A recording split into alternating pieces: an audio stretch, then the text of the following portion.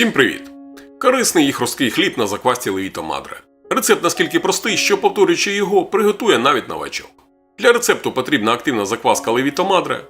Для тих, хто не знає, що таке активна закваска та як її активувати, гляньте посилання на відео зверху. Відбираю 100 г закваски Левіто Мадре, додаю 350 г води кімнатної температури та за допомогою блендера змішую закваску з водою.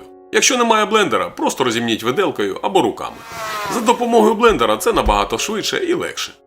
Далі мені потрібно 250 г спельтового борошна вищого гатунку і 250 г спельтового борошна цільнозернового. Іноді ви питаєте, яким я борошном користуюсь. Покажу вам це борошно, це не реклама, але може виробник, якщо побачить, хоча б лайк поставить. Отже, ось таке борошно спельти вищого гатунку і воно органічне. І цільнозернове борошно спельти також органічне та мелене на кам'яних жорновах.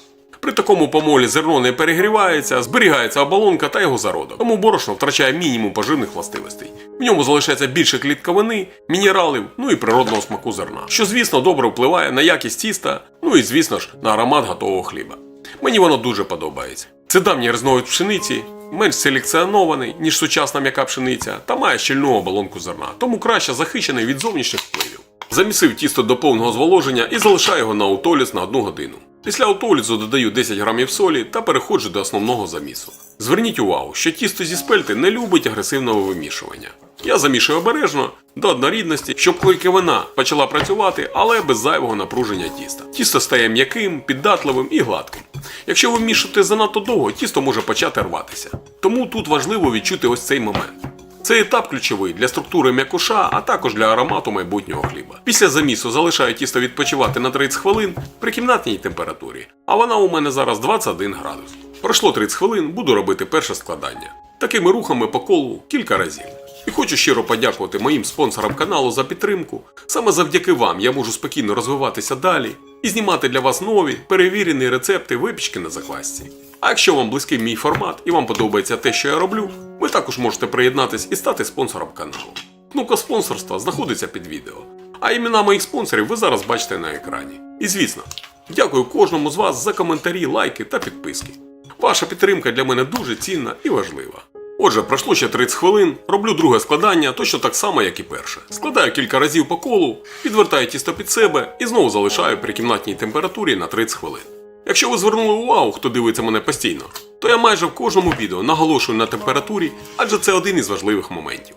Повторю, час у рецепті потрібно регулювати залежно від температури в приміщенні. Але це приходить з досвідом. Тут головне щось робити, а не мріяти. І все у вас вийде, повірте. Пройшло ще 30 хвилин, буду робити останнє, третє складання, а вірніше ламінацію.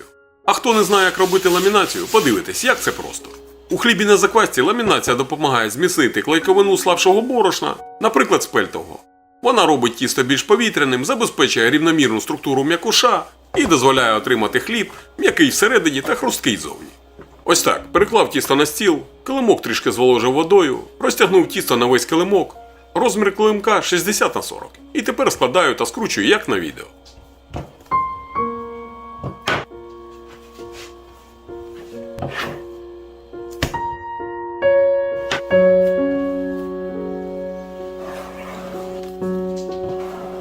Перекладаю тісто знову в миску, накриваю та залишаю ще на 30 хвилин. Пройшло ще 30 хвилин, присипаю тісто і поверхню стола трішки борошном. Перекладаю тісто і формую хліб, як на відео.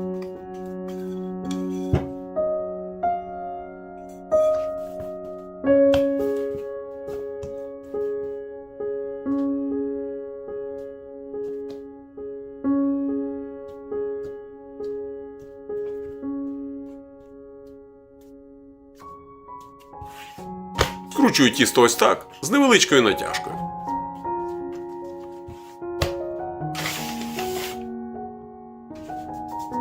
Далі збираю тісто в шар і перекладаю в кошик, присипаний борошном, на розтій.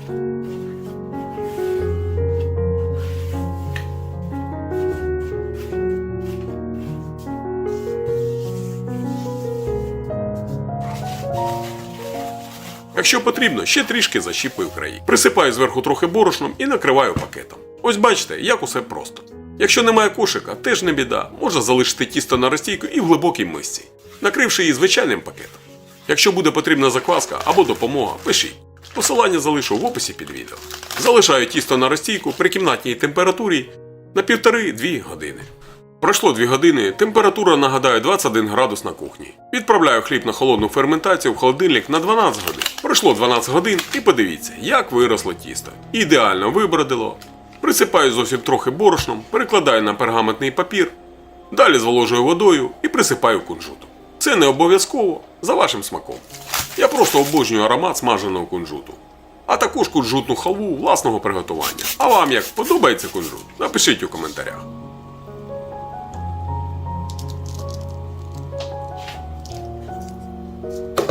Роблю надріз по всьому хлібу і відправляю в розігріту духовку до 240 градусів на 15 хвилин з парою.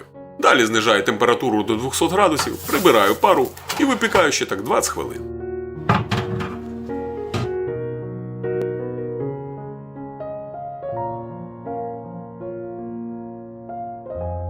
Перекладаю хліб на решітку та даю йому повністю охолонути. Подивіться, яка краса!